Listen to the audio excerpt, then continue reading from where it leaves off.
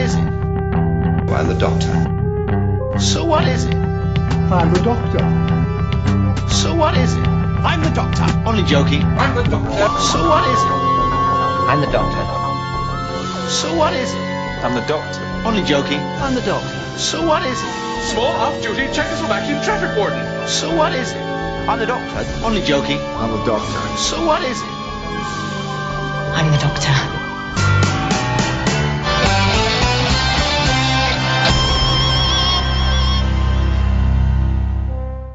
Alright dudes, it's time for another episode of It's Time to Rewind. I am known as Bubbawheat, not the Bubbawheat, not first name Bubba, last name Wheat, just Bubbawheat.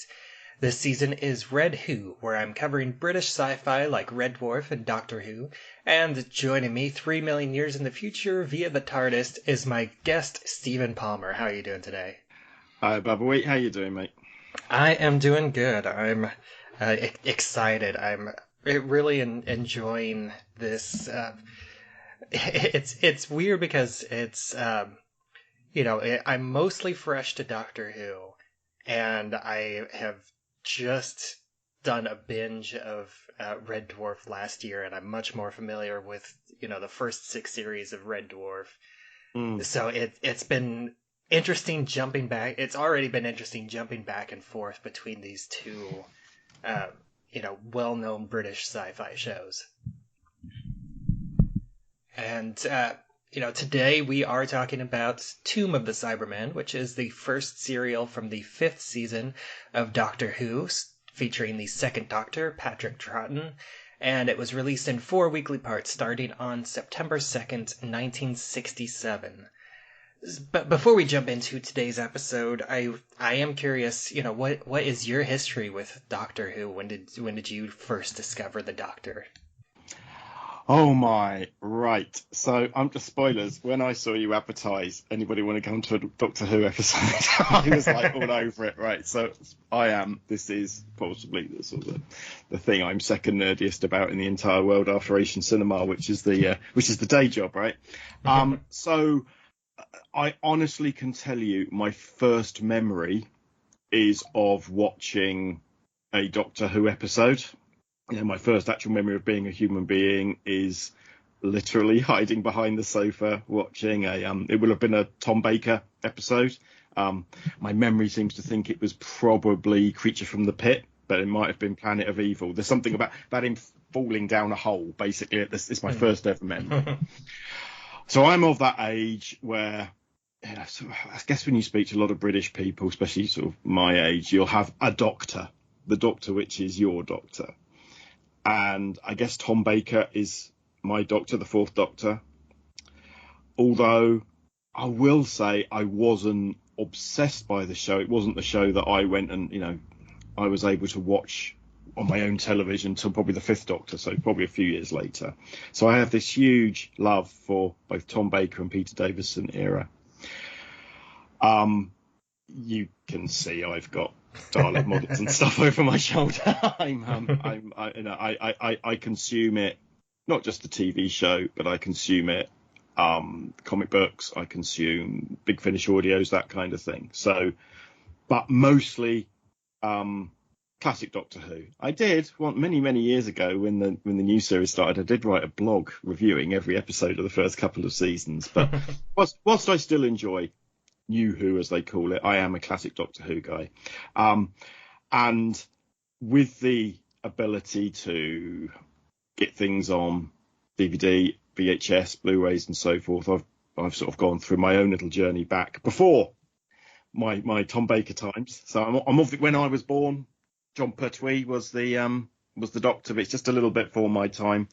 And of course, I guess as you've already come across, a whole bunch of the 1st and 2nd Doctor stuff just doesn't exist anymore. I don't know if you talked about that with other guests. I haven't yet, but I did especially notice that more with this one, because whenever I was reading up on Tomb of the Cybermen, I saw that this was the earliest physical copy of Patrick Troughten's run as Doctor Who.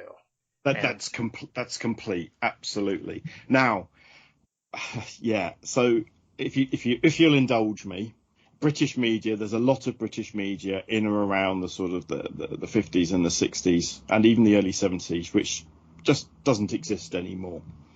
Some of that is just technical. Just there wasn't the storage or the ability to save such media, and conceptually it's really hard for us to understand now with all our streaming services and physical media. It just wasn't what people did, was reconsume media. People watched it at the time. There may have been the occasional repeat. Things were actually deleted quite quickly, but some were transferred, I think, to 16mm for showing abroad, selling abroad. So it's not just Doctor Who that's missing. It's all kinds of shows from this era, like things that are really sort of now viewed culturally significant. Doctor Who fans, I'm afraid, like to pretend that they've been specially targeted on this, but that's not true. So what has happened is a lot of First Doctor, a lot of Second Doctor. Now, back in the day, back when Peter Davison took over, the BBC did this thing called 5 Faces of Doctor Who, because they were ramping up. There's the new 5th Doctor, and they showed a story from each of the Doctors up to that point. So the last Tom Baker story, obviously, which was going to feed into the first Peter Davison, Carnival of the Monsters from John Pertwee, An Unearthly Child, obviously, from the First Doctor. But for the Second Doctor, what they wanted only 4-part stories. And at the time, the only 4-part story which is available is one called The Crotons, which is fine, but it's late era Troughten. It's fairly average. Literally 5 minutes later, this episode, this serial, which had been lauded as one of these great classics, was found, and so from a I think a Hong Kong TV studio, I think they found it. So it had this sort of early 80s. It was viewed to be one of the great lost stories. Obviously, they have since found it and tarted it up a bit using Vidfire and the like. All the stories, bar one, I think, exist as audio recordings. So there's always been this fandom which sat there every Saturday tea time and recorded the sound off the television, and that's all been turned into CDs and audiobooks and videos. And now Troughten is being the lots of his stories are now being completed by animations. Yeah, I did watch this story on Tubi, and they do have the animated versions available to watch as well. Yeah, absolutely. So that has made a huge... I mean, if you can handle it, but to be honest with you, if you can handle 60s era British sci-fi, you can handle an animated version because, yeah, as you've no doubt realised, this ain't Star Trek. This is low budget fun.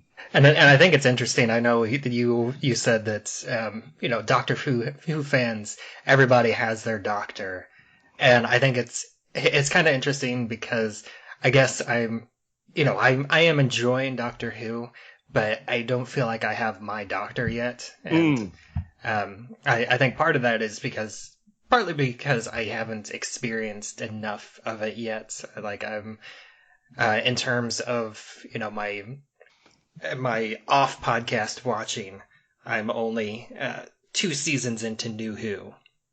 And also, and I talked about this, 2 weeks ago on, my episode with the First Doctor, but I've only watched the Eccleston season and the first Tennant season, and started into the second, and then a couple other episodes. I've watched Eva the Daleks with Whittaker, and of course the episode that I covered on the first episode and this one. So I haven't really, I don't have what I consider my Doctor yet. And I also talked about on the last Who episode that I've been going through the Sarah Jane Chronicles, which is kind of a weird, side journey. And I'm almost done with the second season of that one. So that's the other thing. Everyone will have a favourite companion as well. And so again, I'm of this age where it's Tom Baker and it's Sarah Jane Smith, right? However, my rewatching has changed it, which is why I jumped on the Patrick. I just adore Patrick Troughten here at Doctor Who now. So I'm claiming a second Doctor, a midlife crisis second Doctor, and different view of companions as well. Which is... Well, I am kind of sorry to say, I will, couch the fact that I did enjoy this story, I guess I'll call it. But I thought that every character in this story was stupid. So I guess we'll cut to the end quickly and we'll come back to the story. But I've got to agree with you. I do feel that this story hasn't had an outmoded, an overstretched opinion of it. I think it's very problematic, as I'm sure we'll get into with a modern eye on various aspects. And I think this is true of every Cyberman story in particular. That not only is it populated by daft human beings, but the Cybermen are quite possibly the least efficient villain in Doctor Who history. I mean, I know I haven't watched much of the rest of it, but it's not as bad as The Wheel in Space, which is 6 episodes of 3 Cybermen with the most convoluted plan that I'm never quite sure what it is. But similar stuff's true of the Moon Base, similar stuff's true with one of my favourite stories is Invasion, but they don't even turn up to halfway through that, so you can give that a bit of a pass. But yes, there's a lot of time. My only other experience with the Cybermen that I remember is the episode with Rose, and I honestly don't even remember if that was Eccleston or Tennant. I think it was Eccleston. It's Tennant. So they go to an alternate universe and they kind of replay the origin, but then later on, old and new come together. Mate, you've got one thing that happens in Classic Who. There isn't a lot of continuity. There aren't a lot of returning characters. There's obviously the Daleks. But even their story gets kind of rewritten when you get to Genesis of the Daleks. Everything that went before is kind of rewritten. I do feel that even in this story, what ends up, I doubt you're going to be covering, I can't remember what the Cyberman story is with the Sixth Doctor, but basically the whole story is like this huge, what they're calling sort of comic book terms, or a retcon, where they're trying to justify and recreate all the history of all these different stories, none of which make any sense whatsoever. They're very hard to reconcile. And also, I'm guessing you are experiencing the first full story here with Victoria. Yeah, and I thought that I thought this was weird as well, and reading into it, it does make a bit more sense, because apparently this was supposed to be the last story of the 4th season. And then they kind of shifted it to the first story of the 5th season, because this does not feel like the first story of a season, because I jumped into this and I had no idea of what was going on. It took me until like the 2nd episode to really get my bearings. Like I didn't really understand immediately that they were in the future, that they were on a different planet. It's like, well, it's worse than that, because they even call it the city of Telos at one point, and you think, oh, hang on, is it a city or is it a planet? But yeah, so this Doctor Who was filmed very differently. It was on sort of like 45 weeks of the year, and certainly the first Doctor, and so they were meant. So the storylines, the serials are a lot longer, the pacing's a lot different.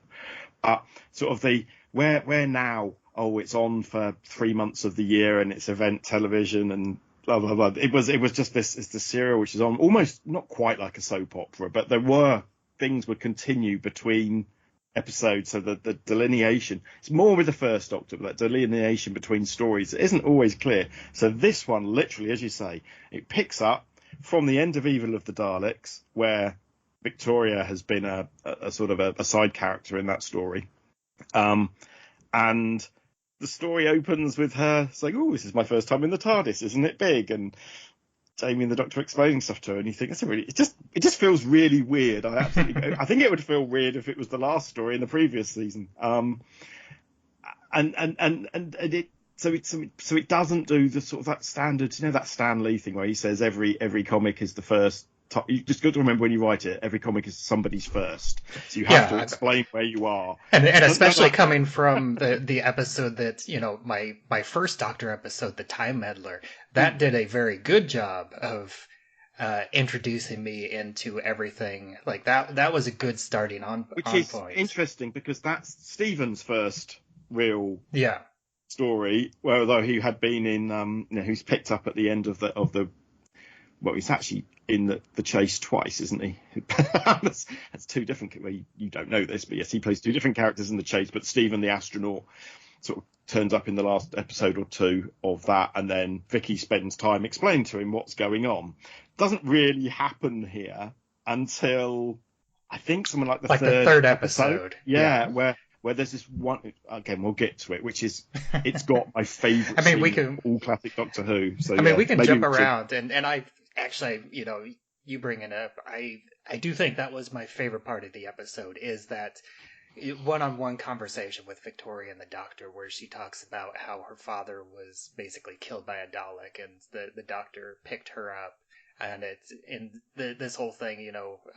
She stayed up half an hour past her watch time because she thought the Doctor needed sleep because he's 450 years old. Yeah, there's a couple of lovely moments in Troughton's era, but I think that is the bit that reminding her she's a young girl, she's a Victorian. Again, I'm not sure if it's made terribly clear outside of what she's wearing. I did not catch that at all until reading it. Yeah, so there's this whole Doctor Who's companions with the first Doctor. They were very much contemporaries of the viewers' time. So Ian and Barbara are audience surrogates. They're teachers from the 60s, and there are surrogates. And even Victoria and Stephen, although they're from the future, they don't feel like that. What we have now with Troughton, we have Jamie, who's a Highlander from, I want to say, like the 14th, 15th century. Maybe a bit later, maybe it's the 16th. And Victoria, ironically, from the Victorian age. And so suddenly we've got this man that's apparently an alien, 450 years old, and these two young people who are also out of time as well. So this is the first time that's really happened. So the Troughton comes along and he inherits two young hip things from 60s. So you've got what's his Ben and Polly. Ben's a sailor and Polly's a 60s hipster chick, and they've just been got rid of behind the scenes quite unceremoniously just before the previous story. So this is kind of new. So it's the beginning of the season. It's Troughton's first full season. We've cleared off Ben and Polly at the end of the Faceless Ones rather unceremoniously. Jamie's been around most of last season. Victoria's new as a TARDIS member. So yeah, there's a lot going on. And then they're just somewhere. They're just on this in this quarry, and we're not not really sure when it is. I'm still not sure. Is it in the far future? I believe it's supposed to be in the future. But how far ahead of the moon base was the moon base, which was the previous Cyberman episode, is kind of clearly sort of set fairly, maybe only about 20 years in the future, because it's feeding on the whole. It's filmed just a year or two before the moon landing, so it's feeding on that kind of stuff. But it's kind of meant to be in the near future, day after tomorrow kind of sci-fi. Whereas this I don't know, is it? I think they do say it's like 500 years or something, don't they, since the moon base? They may say something like Possibly. that. I didn't clock it because I wasn't familiar with the moon base. Yeah, but absolutely, yes. Yeah, so which is a good and bad thing. I think this era of Doctor Who, there is not a lot of inter-story continuity, really. You should be able to pick up most stories, apart from the Cybermen stories. I do think because the two guys that sort of created the characters are involved with most of it. I think there is an attempt for continuity, but the way things get filmed, it is terrible for not making a lot of sense. Which then, of course, lots of people, our contemporaries in terms of audios and especially in novels, where people can then love to fill in the gaps and write stories around spaces. But yes, so Victoria, back to the more, is very new to the story, and she's a very innocent young Victorian girl. She's never really travelled anywhere, apart from in the previous story, she was captured by Daleks who were in her father's mansion, and her father has been murdered by the Daleks. So yeah, she's going through a bit of PTSD, I would suggest. Yeah, although she doesn't really feel like a Victorian character, but at the same time, all the other characters treat her like a Victorian character because she is very, she wants to go along with everything. She wants to be part of the adventures, and every other character, at least in this story, is like, no, you can't go down there. You're a woman. Yeah, there's a lot of the era. The other thing you'll get with Victoria, which happens a few times in this episode, is she is one of the classic screamers. She'll scream at anything, and that, unfortunately, she's only around for this season. Although I did think it was hilarious that she used that to her benefit for that one time in this story where she screamed and to distract the woman villain Kaftan, and in order to steal the gun from her. Yeah, she does use that. Later on, at the end of the season, Fury from the Deep, her last story, it's literally her superpower that saves the day. Her screaming happens to be at a pitch that affects the villain of the piece, which is some sentient seaweed. Don't ask. But yes, her screaming literally becomes a plot point. So yeah, she is the great screamer of Doctor Who history. Bless her. And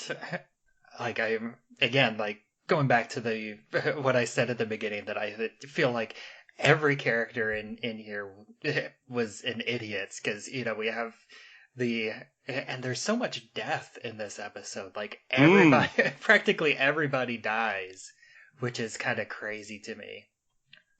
And very unlike Doctor Who, right? Classic Doctor Who, death is used fairly sparingly. It's not like New Who, where the whole bloody universe or planet's at stake every 15 minutes. It's usually, certainly in the first two Doctors, and actually maybe Pertwee as well. But I always feel that they turn up somewhere, and actually the adventure is, can we just survive to the end of the story, right? So whether it's a historical, so can we survive without affecting history? Something like the Aztecs, a Hartnell story like the Aztecs. They go back to Aztec times. One person dies. The story's literally about human sacrifice, right? But only one person dies in the whole story. In this one, there's people shot left, right, and centre. And very, very close to the beginning. They find the entrance to the tomb, and then the first guy gets electrocuted to death by the electrified doors. Yeah. So obviously, I guess you've done the reading up. This whole story is kind of feeding on that Egyptomania, the discovery of King Tut's, King Tutankhamun's tomb in ancient Egypt, well, in modern Egypt, that's when it was discovered, which was still a thing. So although we weren't in England having mummy parties where people were eating wrappings of mummies, which was a thing which went on in the early 20th century. But what has happened is that there has been this especially around Tutankhamun's grave, there's this sort of whole urban myth. You would say, everyone who went in there died. So, everyone involved with it died. So Howard Carter died, Carnarvon, the guy that funded it, who's just lived just down the road from me, actually. But it's a very famous story. So the fact that people are dying when they enter this, and it's very Egypty, isn't it? This whole there's hieroglyphs, and there's the Cybermen hieroglyphs. There's scarab surrogates, which we'll probably talk about. Kaftan and the other fella have a certain North African look about them. And they have the strong, silent African manservant. Yeah, there's a whole thing. So it's riffing on this kind of this love of Egyptology, which I don't know how that plays stateside, but certainly in 60s, 70s Britain, that's still a thing. We'll get it later on with Periods of Mars. We'll lean into that even more. But we love a bit of that. So to tie a Cyberman story into an opening of a pyramid and all this other sort of stuff around it, translating hieroglyphs and things like that, which is kind of what they do here, is well on point. Yeah, and going back to my, everybody is stupid in this episode, especially in the first one. We have them, and the Doctor just, comes and de-electrifies the door. Is like, yeah, it's safe now, but can somebody else open it for me? So obviously, you saw the Time Meddler before. So in the Time Meddler. Well, the Time Meddler is quite dark. There's a rape in the Time Meddler, isn't there? I always forget about that. But how did you? I'm sort of going to ask you. How did you find the difference between Troughten and Hartnell? Hartnell's kind of this sort of. I actually really enjoyed Hartnell. Yeah? I thought he was very cheeky, I guess. he maybe not cheeky, but he was very no nonsense. He was very. Straightforward. But with a twinkle in his eye. Right, because yeah. Time Meddler's end of the second season, isn't it? So, and it's really interesting. So he starts off the beginning stories. He's quite cantankerous, right? And quite aggressive. And in some ways, he's not even the star of the show. It's clearly been built around Ian and Barbara. But in the Time Meddler, he was completely absent from the second season, other than he had one line where he was behind a door and wasn't invisible. and obviously this is because Hartnell is, well, firstly is what I said about the almost year-round aspect of the production. So they have holidays and things, but they're filming it a week in advance, so there'll be entire episodes where he doesn't appear or other characters don't appear.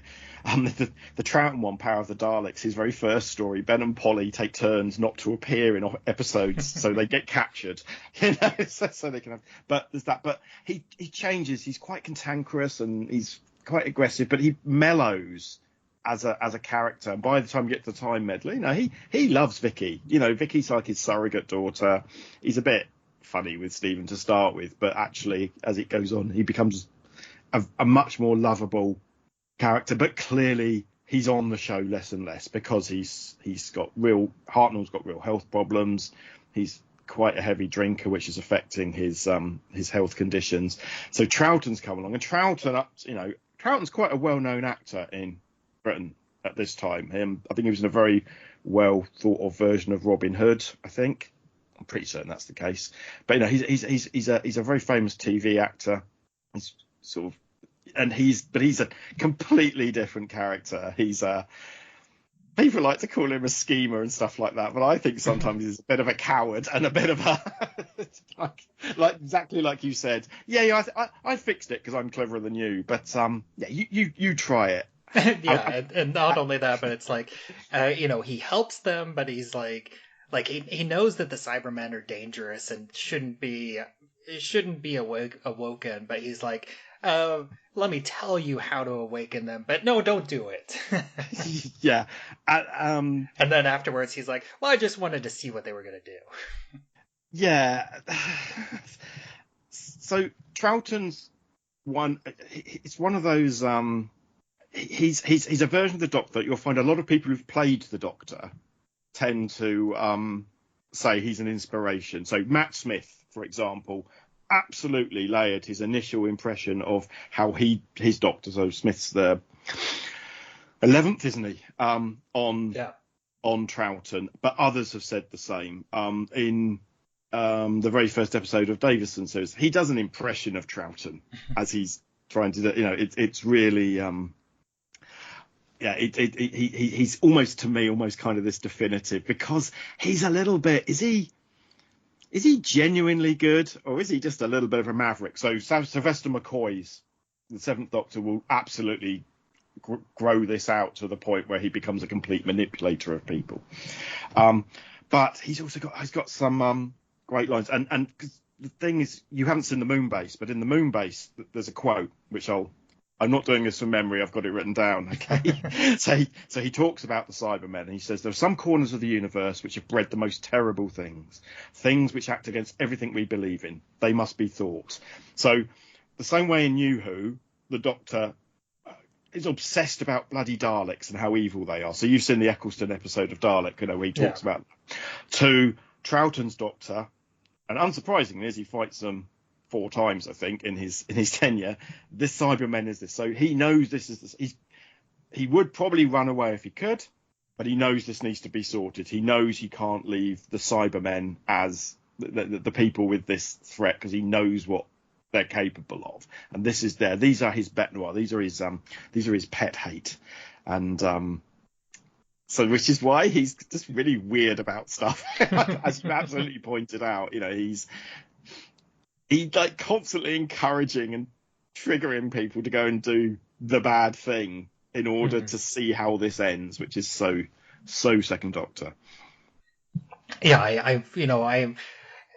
I equally thought it was interesting, but at the same time, I wasn't really on board. Like, just with these 2 stories, the Time Meddlers and the Tomb of the Cybermen, I much more enjoyed William Hartnell's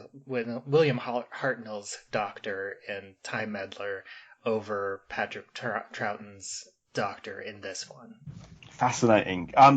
Yeah, and I think that just goes to something you were sort of saying. I don't think this is the greatest I think this is the first episode of the greatest, one of the 2 greatest seasons of Classic Who, right? So this is season 5, isn't it? 5, yeah. So season 5, this is the opener, and I would say every episode in this season is a banger, as the young people say. And I would say this is probably the weakest. That, and I think season 13, Baker's sort of first Gothic season, are probably the 2 most solidly great. But I can absolutely see why, if you start Hartnell at something like the Time Meddler, which is just charming, and you've also got Peter Butterworth in it as well, who's like this old carry-on actor who will be sort of just a charming villain who's not actually that evil, is he? He just sort of. He just wants to meet the king. I forget which one it was. So it's King Harold, isn't it? Yeah, is it that one? King Harold. That's right. Yeah, but his plan is just to make a bit of money and stop a war. In fact, it's to stop some wars by giving people, by enhancing history, to stop some death and bloodshed, which is interesting. But yeah, I absolutely get it. Because I think the other problem with this is I don't give a damn, mate, about anybody in this party on the planet of Telos, and any of these alleged archaeologists who have done. Yeah, and you have the captain that runs in every couple episodes and is like, "Come on, I'm trying to fix my ship. Just stop. Let me fix my ship already." Well, I just got to keep coming in here and saving you guys, and all I want to do is fix the rocket and get out of here. And of course, he is one of the one of the tropes of classic Doctor Who is British people doing American accents, which I don't know how you found his American accent, but it is, dearie me. But yes, there's him. There's a couple of other characters who might have been all right but get killed off quite quickly within the first 2 episodes. Within the first episode, I think 2 of them are gone. There's the lead archaeologist who gives up bloody quickly. Yeah, and says, right, that's it, I'm going home. There's the first one that gets killed by the door, and then there's the second one that's again, going back to everybody is stupid. It's like they managed to turn the power on in this tomb, and everybody just starts playing with levers. Oh, Jesus. It's like, what does this do? There's that, Jamie and the guy, I can't remember his name, but he's played by quite a famous British actor of the time who's in just about every TV show of the 60s and 70s. But it's like a firing range thing happens, doesn't it? and they know it's where you have do it again. And it's funny too because that pops up and I'm like, wow, that's a really fake looking Cyberman.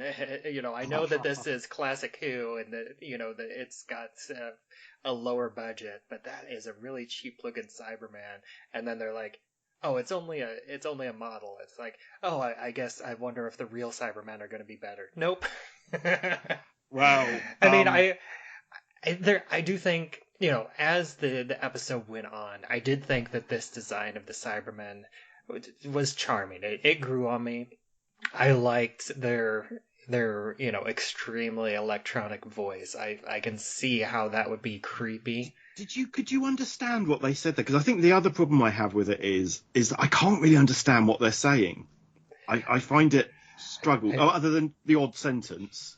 I mean, I have subtitles on all the time, so I mean, with the subtitles in front of me, I could definitely hear the words, matching with the subtitles. I could tell. Visual, yeah. I find it so.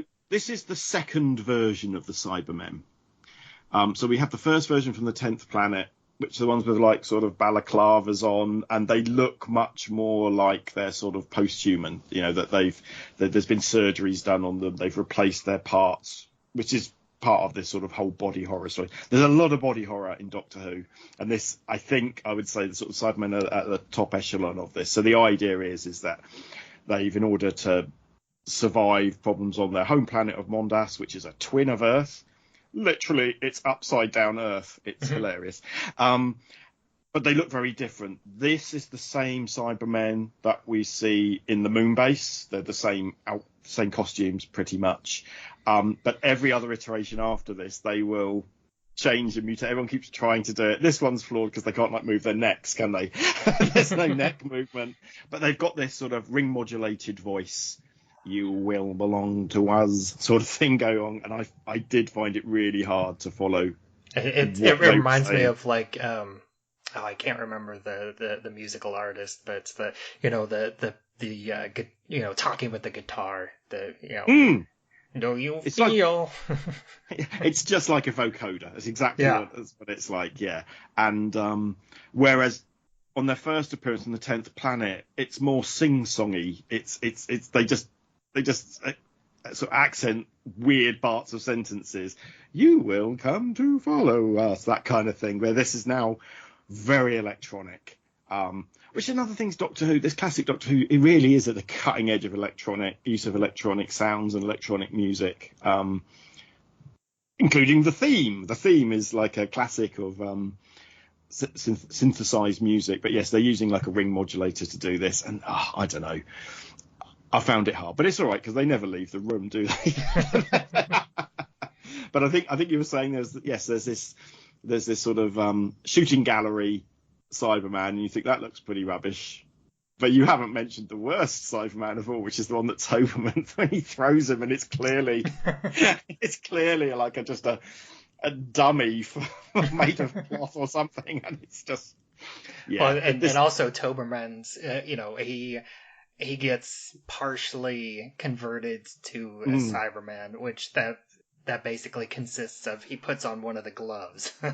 Yeah, and why have they got why do they think a 3-fingered glove is advanced? It's just and not only that, but they don't even really feature it on screen. Like for most of the time after Toberman's been converted, I couldn't see his Cyberman arm. Like I was like, what did they even do? It wasn't until kind of later, later whenever he's grappling with them, and then you can see, he has the hand-to-hand, and they have the close-up of the two of them, and it's like, his arm is a Cyberman arm now.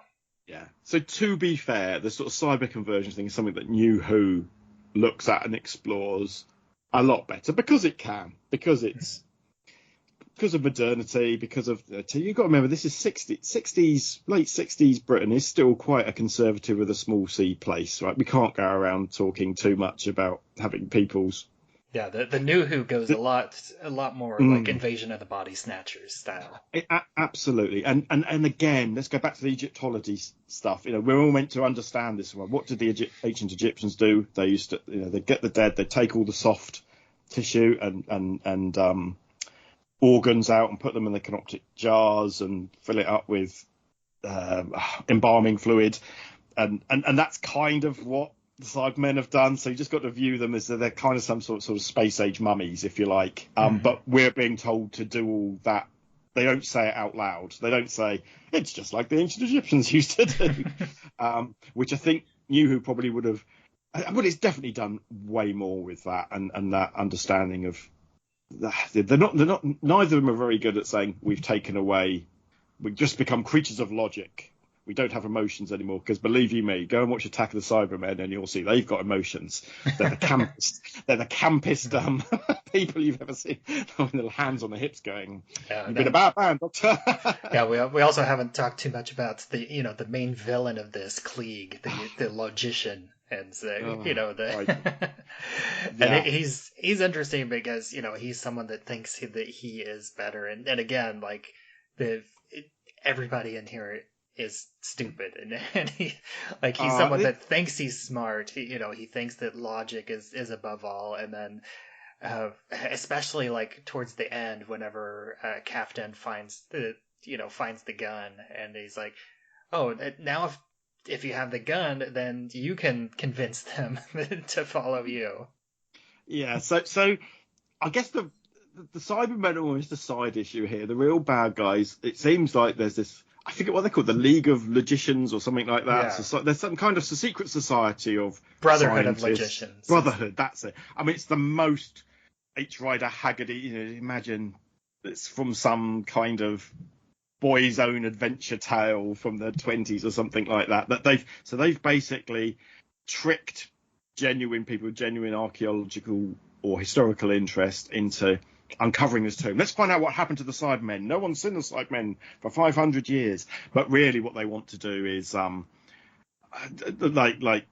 awaken and control them. Awaken them and control them, which is such a Doctor Who plot from the 60s and 70s. A lot of this goes on.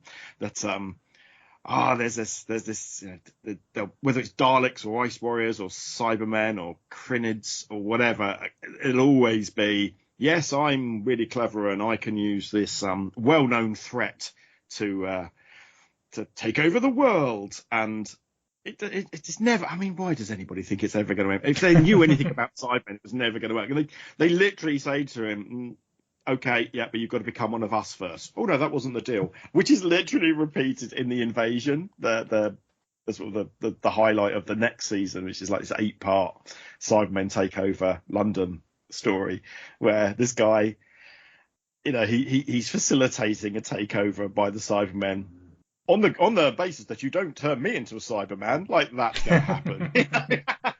The people learn nothing, but it's not just a Cyberman thing, it's a Doctor Who thing. But yeah, these guys are idiots. I mean, if you really were driven by logic and stuff like that, you'd soon work out, logic suggests that the Cybermen aren't going to just do what I tell them to do. But it does give you an excuse for why they're able to understand all the logic puzzles which are set up in this tomb, which are ridiculous. I also thought it was kind of funny whenever, towards the end, they have the controller Cyberman comes up to the top and is in the other room, and then they put him in the trap him in the rejuvenation chamber because he's running out of batteries. And, and the Doctor asked Jamie to tie it closed, and the Cyberman busts through the wall of the rejuvenator, and the Doctor's like, remind me to teach you how to tie a knot better. There is one of the loveliest thing about this era is the relationship between Jamie and the Second Doctor. It's quite telling. Jamie's, I think, the last real male companion that there will ever be. There's Harry turns up for the first series of Tom Baker's era, but really that's because they didn't know if Baker was going to be able to do the physicality of the role, which of course he was. So he gets written out pretty quickly. And of course there's the Brigadier in Pertwee's era, but again, as and when needed. But Jamie, and the second Doctor. But Troughten and Hines just have this lovely relationship. There's this lovely bit they do, isn't there? When they first go into the tomb, and they think Victoria's between them, and they're going to take her by the hand and take her in, but she's miles behind. They end up holding hands, and look what we've done. And that absolutely, that's something they've planned to do off camera to trick everybody. And of course, we're at what time now? The way these programs are made, it's still at a point where it's basically made pretty much as live. So it's not a live broadcast, but very few takes. They can only do retakes if it's like a major screw up. Yeah. So again, which is another part of the reason they had to really get with Hartnell, because although some of his flubs and mistakes are charming, it does start to have a go. But lots of British shows are made like this. But yeah, so they do a little trick and they say, we'll leave it in. But it's charming, but it talks to their relationship. And it's funny because I did read about that, because that's like a big trivia moment, but I don't think I clocked it whenever I was first watching it. I think I missed that because I didn't remember seeing that. It's in the first episode of the serial. But Jamie and the Doctor have this sort of lovely relationship. So he says that, like you say, about the tying knots. But there's just trying to remember. He constantly kind of berates this. I think it's in it might be in it's later on in this season, but I know it is. It's the next story. It's the Abominable Snowman, where Jamie comes up and says, like, Doctor, I've got an idea, and the Doctor goes, oh, Victoria, better go. Sounds like Jamie's got an idea. And sort of suggesting, no, you haven't, and we're not listening to it. But he's sort of they have these little plays with each other, and I just think it's a really lovely relationship that they have. That who's never really, every other relationship after this will be between, on the whole, an older guy and a younger woman, which is just your classic dynamic, isn't it, I suppose? And they've never played with male companions until like the 13th Doctor with Whittaker's Doctor. And even then, the two male companions really get short shrift compared to the relationship with the female companion. So, yeah. You won't be seeing anybody like this again, or a relationship like this again. And so, but it feels there's banter going on between the two, which I think is pretty unique in classic Doctor history. Yeah, and I want to take just a little bit of time. I've been doing it quite a bit already, but comparing this to the Time Meddler, because those are really my only two experiences with classic Who to date, until I go further on into this podcast. But I already said that I enjoyed Hartnell more than Troughten, and I also definitely enjoyed Vicky and Stephen more than Victoria and Jamie too, because I felt Vicky was much more headstrong and adventurous, especially in that story. And Stephen, even though it was kind of silly that he was like, very headstrong, punch first, ask questions later. But I thought that was a good contrast to the Doctor and Vicky in that first Doctor story. And this one, I don't know, they didn't really have too much that I caught, that except for Victoria's conversation with the Doctor, and that's late night that we talked about was like their one good moments. But nothing else really in this story jumped out at me as something that gave any of them much personality to me, I think. Yeah, I think a lot of it the Jamie stuff will have been built up over the previous season. So I think there's lots of shortcuts and cues that you're not picking up on, which is fair enough. And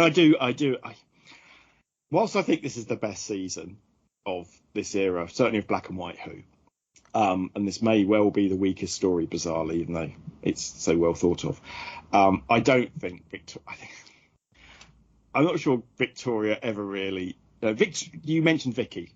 Vicky just was brought in back in the first Doctor as a replacement for Susan, so the Doctor's granddaughter, who literally is another young girl for him to act grandfatherly to, and she's magnificent and how she got kicked off the show is a disgrace, and how she was written out is just ridiculous. So I'm a big fan. Vicky's probably my favourite First Doctor companion, which is why I'm glad you saw the time meddler, because I think she's at her strongest there, because she has become in the previous story in the chase. Ian and Barbara have gone. Ian and Barbara have been with us since day one, and Stephen comes in as this new character, and then I think Vicky just grows in stature as a person, because she's the one that's leading Stephen, saying, right, here's what happens. This is the TARDIS. This is what we do.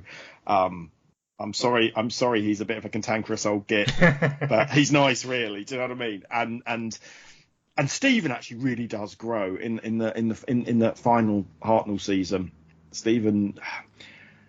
Peter Purvis, the actor, is very famous to British people because he was the face of. Have you ever heard of the TV show Blue Peter? It's like this is very famous. It's a very famous children's TV show, like a magazine format TV show. It's still going today, I think, but he was one of the first presenters. So he left acting to become a presenter, and he's a national treasure, as we say. But he started off in Doctor Who. But yes, I think those two are a lovely act. I think what will happen is Victoria in this season, although she's in these really important stories, all these base under siege stories as they call them, she will be replaced in the Wheel of Space. Oh, she'll leave this, and then eventually she'll get replaced by somebody called Zoe, another young girl, but from the far future. And Zoe's marvellous because she's basically artificially intelligent in the sense that she's kind of been. They don't talk about it too much, but she's basically cleverer than the Doctor, which leads to this lovely stuff where actually, where we get this sort of bumbling cosmic hobo thing that Troughton's got going on.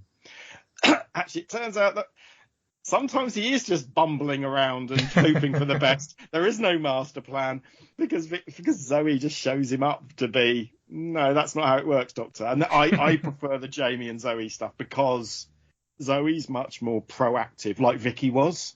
Whereas Victoria is a little, I'm going to scream about everything. But I don't think it's not the actress's fault. I think that's just the writing, isn't it? Yeah.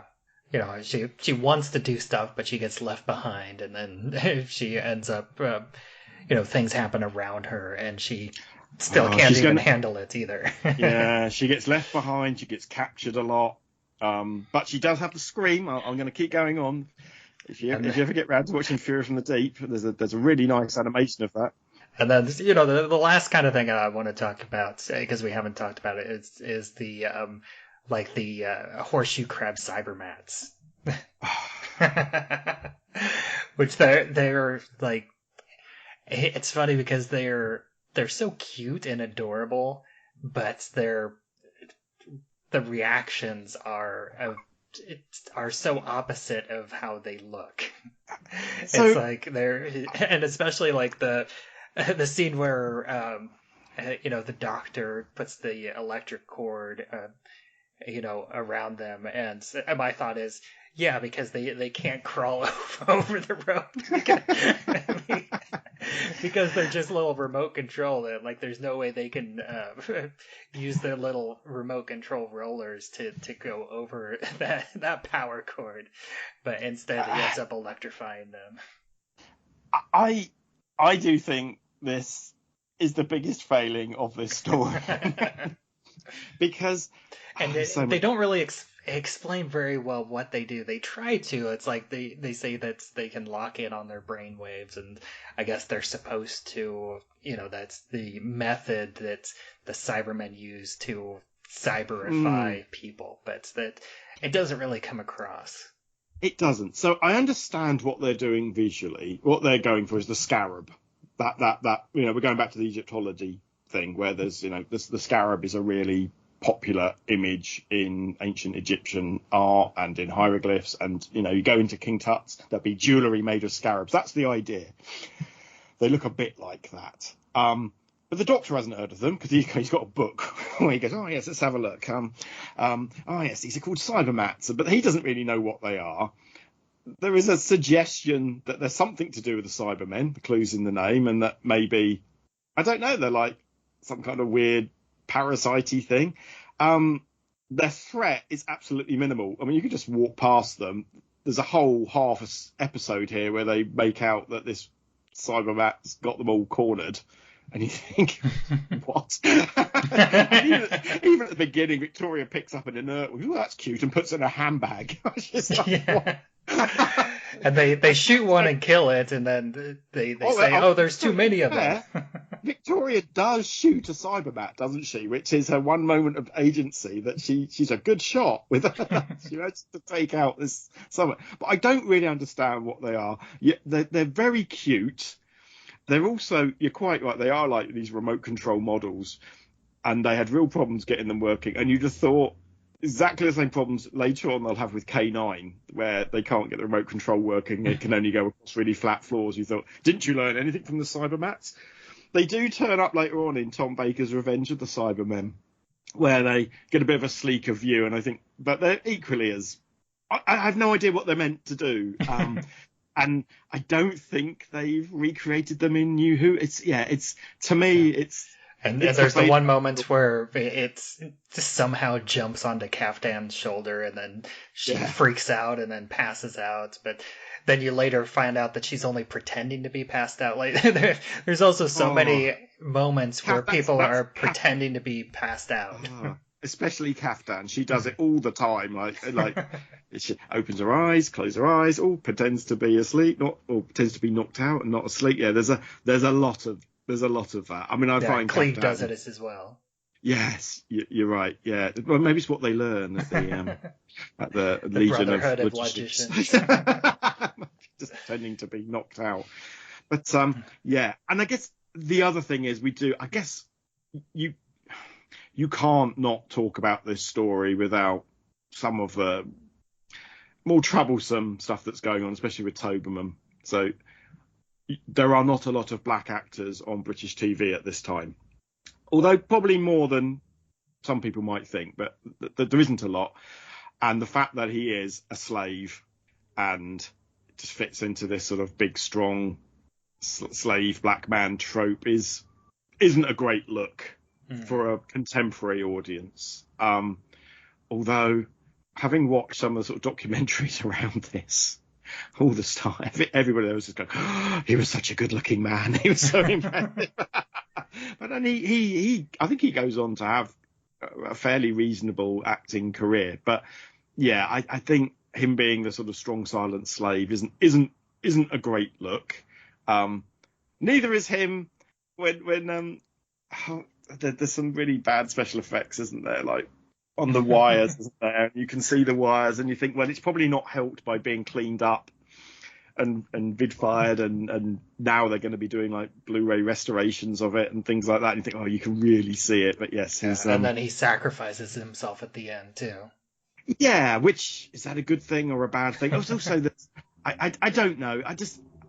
It's not the worst. It's not the worst classic Doctor Who episode for stuff that you really sort of cringe a bit. That'll be Talons of Wang Chiang, where quite outrageously racist things are said against Chinese people that weren't good in the 1970s. Certainly don't play very well today. But you just have to. I think, as always with these things, you just have to acknowledge they exist and say, well, that's what happened. Then you can't delete the show because of that. It's just the time.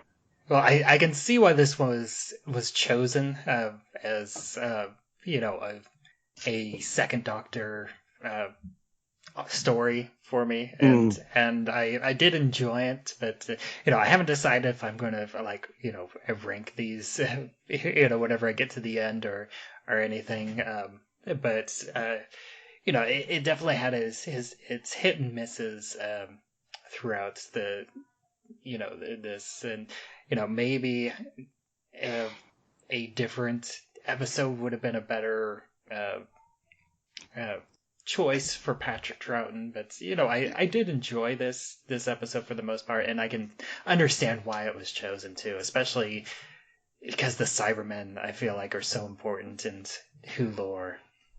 In Who lore, and especially in Second Doctor lore, he does face them 4 times. I wouldn't have personally chosen this. I mean, it's hard, isn't it? Because so many stories of this era are like really quite long. So the invasion is one of the greatest stories. But I think there might have been parts- other. Yeah, I think there might have been other choices, but I, kind of like you said earlier in the episode, whenever they were choosing, series for to lead up to the five, the fifth. the fifth Doctor thing. Yeah. I also looked at serial length, so I think all the ones that I picked are also only 4 parts, so that was part of my decision making process as well. Which becomes a bigger struggle in Pertwee's era, where there's like 7 and 6 parters all the time, and their pacing it's really hard to watch in one sitting. They're designed to be watched over 7 weeks. I mean, I have been watching these in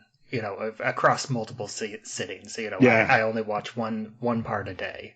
I think that's actually quite key. I think, especially for these older ones, they're just not designed to be watched in one sitting, and you have to accept that.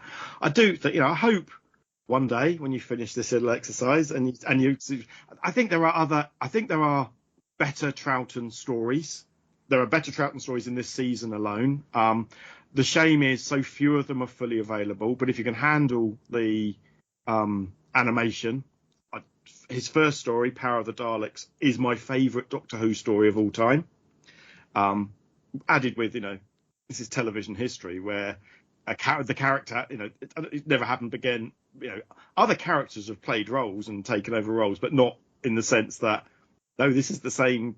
Literally, we are acknowledging that there's a different person in this body. It's never been done before, so that's good. But it's a really good Dalek story as well. I think the invasion is probably the best Cyberman story of this era, and there's so many others, and especially in this season. So hopefully you'll get a chance to go back one day. But it's different viewing, especially with a modern eye, and especially I'm fascinated with an American eye as well, because I think this is the most British thing in the world, Doctor Who. It's, and just you've obviously done the reading and conceptually understand how cheap these things are being made for, and how the process is. So even something contemporary in American television, it's just being made on even low budget American stuff is infinitely bigger than what Doctor Who is being made on.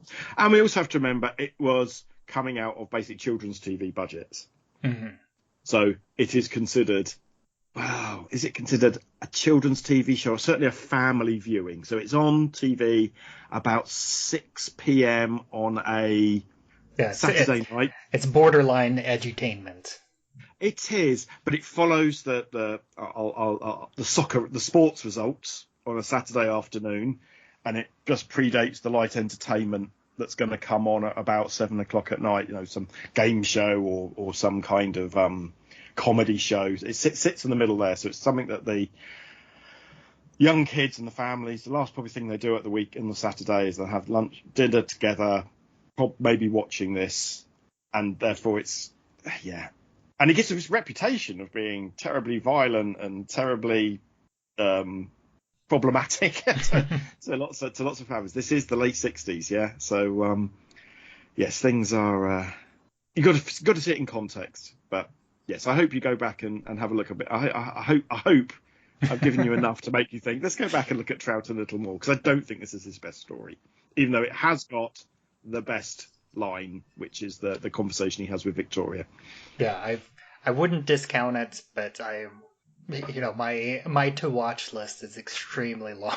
Tell me about it. Tell me about it. I've had 53 years to get through.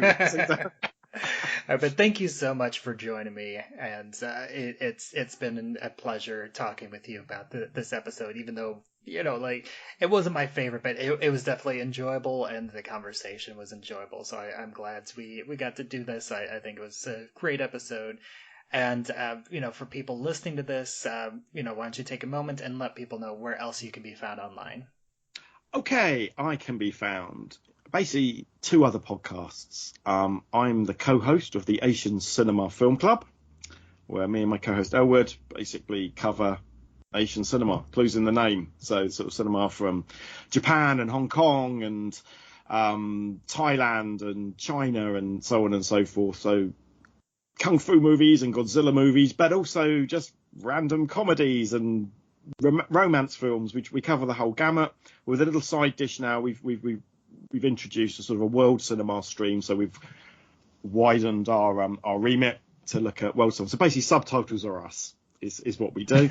and the other show that I'm part of is part of Why This Film podcast, where we cover the Barbie animated universe, where me and my co-host Emily cover all the Barbie animated movies, which we were doing a long time before the film came out, and we've got about nearly 40 episodes of these now, which we look at them with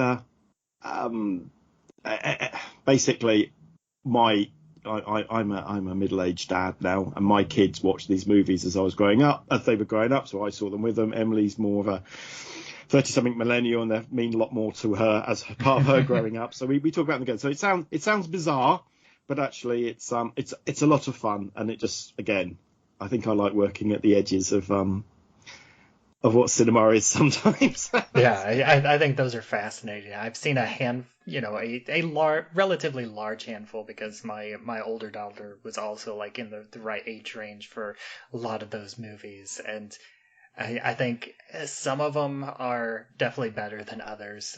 They run the gamut. I do think that I think especially some of the later ones, they kind of hit the nail on the right kind of humor, especially the era. It's not a movie, but Life in the Dream House is hilarious. Like, that is a fan. It's got the similar style of humor as the Barbie movie.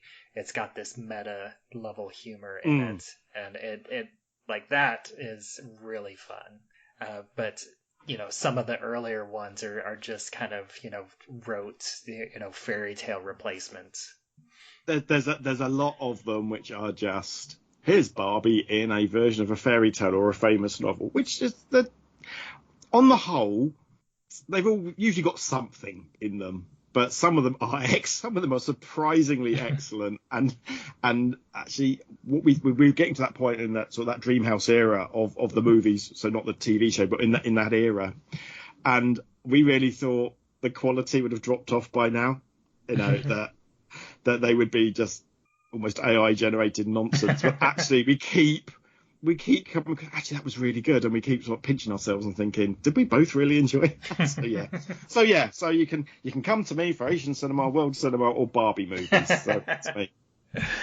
All right, well, I have been Bubbawheat, and you can find me online on all social media where I'm at Bubbawheat. You can also find this show, It's Time to Rewind, on all the available podcatchers. You can, listen to earlier seasons where we talk about, much more time loopy movies, but also other time loop adjacent movies like Memento and 51st Dates.